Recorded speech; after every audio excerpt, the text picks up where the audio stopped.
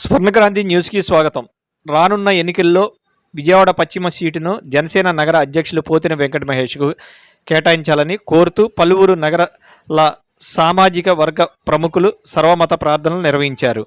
బుధవారం ఉదయం తొలుతు చిట్టినగర్లోని శ్రీ మహాలక్ష్మి అమ్మవారి దేవస్థానంలో కమిటీ అధ్యక్షులు లింగిపిల్లి అప్పారావు, కార్యదర్శి మరిపిళ్ల హనుమంతరావు, కోశాధికారి పిల్ల శ్రీనివాసరావు, నగరాల సామాజిక వర్గ ప్రముఖులు బుద్ధేరు అమర్, రాంపిళ్ల శ్రీనివాసరావు, తమ్మిన్ రఘు, రాయన అరుణ్ కుమార్, ఈది ఎల్లారావు, బాయన అచ్యుతరావు, నాగోతి రవి, మాకిన సత్యనారాయణ తదితరులు అమ్మవారికి పూజలు చేసి అనంతరం వారు మాట్లాడుతూ మంచి మనిషి, అన్ని ప్రజల సమస్యలకై పరిష్కారానికి కృషి చేసే యోధుడు పోతిన వెంకట మహేష్కు టికెట్ ఇస్తే ఆయన సునాయాసంగా విజయం సాధించగలరని చెప్పారు. ఈ విషయం జనసేన అధ్యక్షులు పవన్ కళ్యాణ్ ఆలోచించి తగిన నిర్ణయం తీసుకోవాలని, మహేష్కు పశ్చిమ సీట్ను కేటాయించాలని వారు విజ్ఞప్తి చేశారు.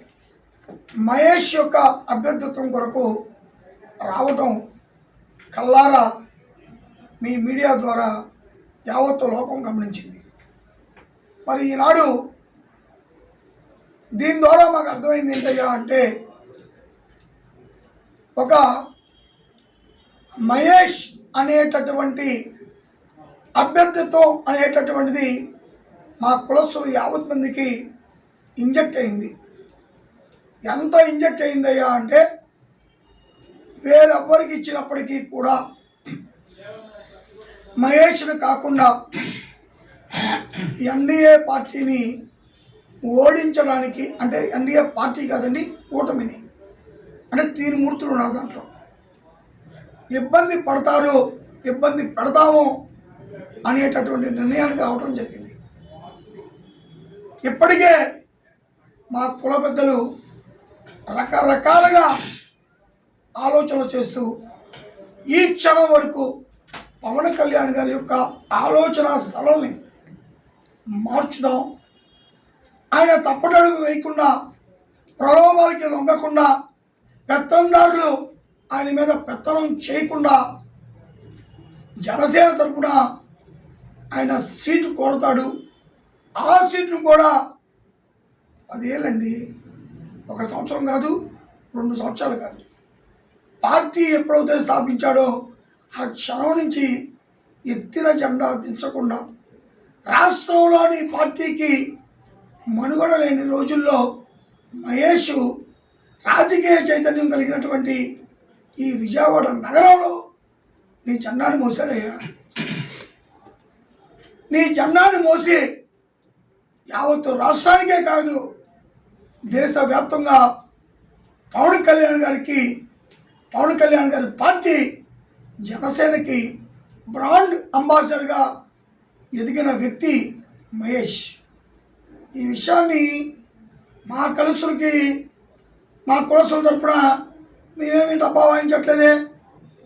నువ్వు చెప్పిన భాష ఏంటో, నువ్వు చెప్పినటువంటి మాటలేంటో ఒక్కసారి వెనక్కి తిరిగి చూసుకోవయ్యా పవన్జీ. నువ్వే చెప్పావు కదయ్యా, రాజకీయాల్లో విలువ లేని మాటలు చెప్తారు, ఈ పవన్ అనేవాడు ఒక్క మాట చెప్పాడంటే స్టాండ్ అవుతాడు అనేటటువంటి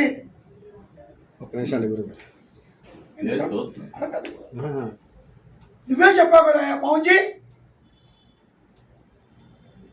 ఈ మాట ఇచ్చాడా పవన్? విలువల మీద, నిజాయితీ మీద, మాట మీద, సంఘంలో మార్పుల కొరకు నిలబడే వ్యక్తి నేను అని చెప్పావు. యువత రావాలి అన్నావు, దానికే కదయా అతను మాట మీద కట్టుబడి ఒత్తిళ్ళు వచ్చిన వ్యతిరేక పోరాటంలో, ఆ సైకో ప్రభుత్వం మీద వ్యతిరేక పోరాటంలో అతను పోట్లాడుతూ ఉంటే మహేష్ను అమర్చుకోవడానికి ఎంతమంది శక్తులు వచ్చాయో నీకు తెలియదా? ఏ విధంగా మహేష్ని ప్రలోభ పెట్టాలో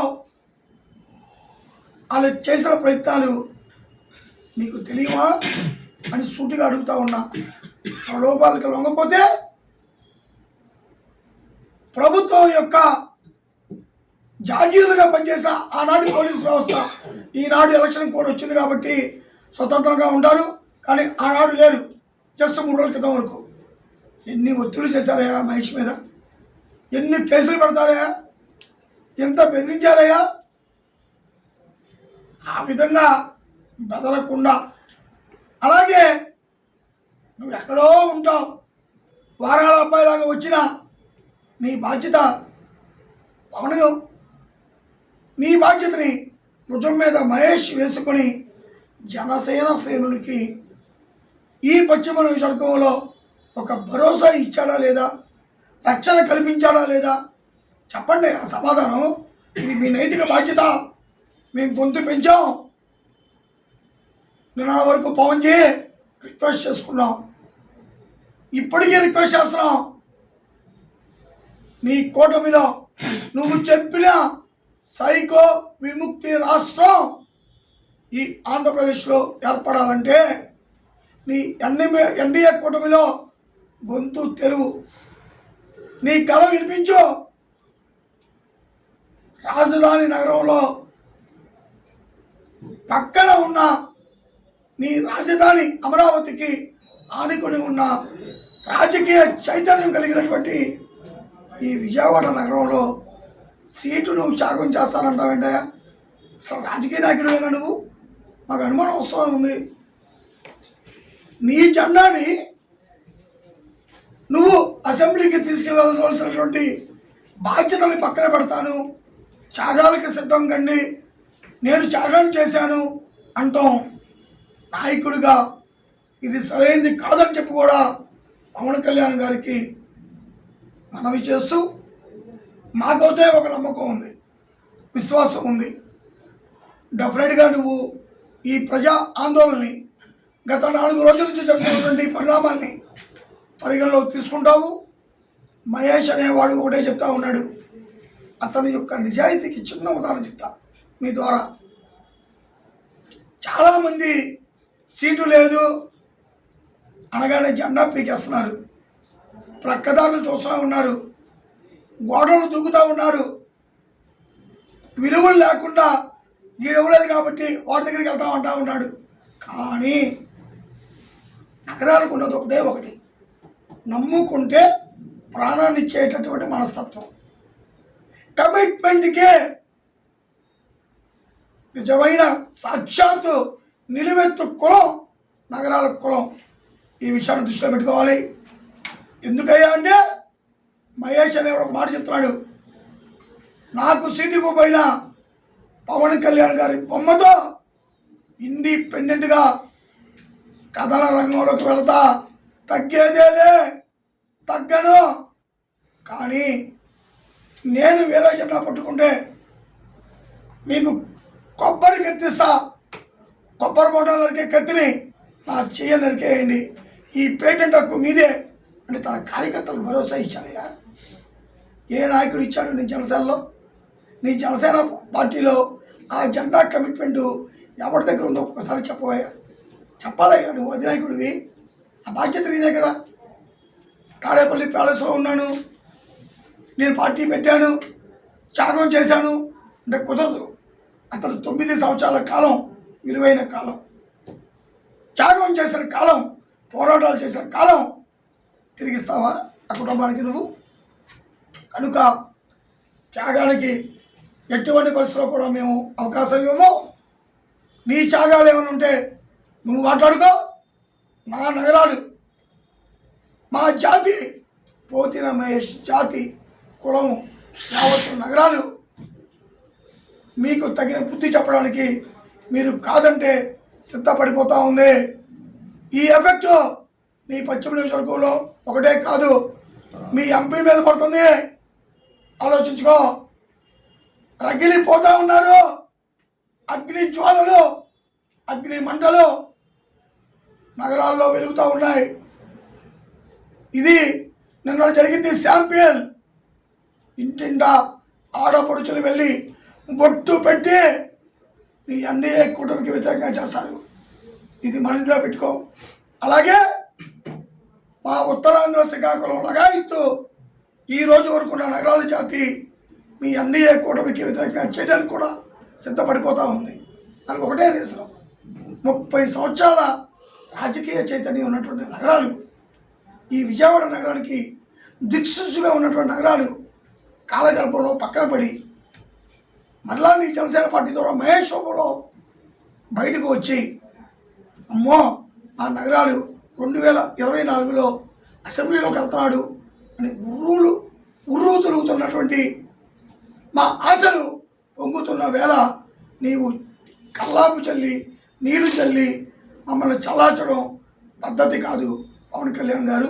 మీకు చేతులెత్తి నేనైతే మీ పార్టీని కాదు ఒక నగరాల జాతిని మీకు మనవి చేస్తూ ఉన్నా. ఇక్కడ పరిస్థితులు ఫ్యాక్టరీ దీనికి సంబంధించిన ఎంటైర్ మీ కూటమిలో పెద్దలందరూ ఆలోచించుకోండి, మహేష్కు సీటు కేటాయించండి. ఇదే ఇదే ఇదే మా నగరాల డిమాండ్. నమస్కారం. ఈరోజు పోతున్న మహేష్ గారికి ఈ పశ్చిమ నియోజకవర్గంలో జనసేన పార్టీ తరఫున కూటమిలో కానీ ఎవరైనా కానీ ఈ చీటు ఇస్తానని ప్రతి ఒక్కరు కూడా పశ్చిమలో బాగా మనస్ఫూర్తిగా నమ్ముతున్నారు. జనసేన పార్టీ కానోలు కూడా మహేష్ గారు అంటే ప్రేమతో, మహేష్ గారు అంటే ఇష్టంతో, అనేక రకంగా ఆయన చేసే సేవలకి అందరూ కూడా ఆయన మీద అభిమానంతో ఆయనకి సీటు వస్తుందని ఆనందిస్తూ అందరూ కూడా ఆయన్నే గెలిపించాలని ఆలోచించుకుంటున్నారు. అలాంటి పరిస్థితుల్లో ఈ రోజు దాకా కూడా మహేష్ గారిదే సీట్ అని నమ్మకంగా చెప్పిన పవన్ కళ్యాణ్ గారు, అలాగే కూటమి నుండి ఇది కానీ పొరపాటున కానీ ఇంకొకరికి వెళ్తే ఏ కూటమిలోకి వెళ్ళా ఎవరికి వెళ్ళా కానీ ఈ సీటుకి గెలవటం అంటూ వన్ టౌన్లో జరగదు.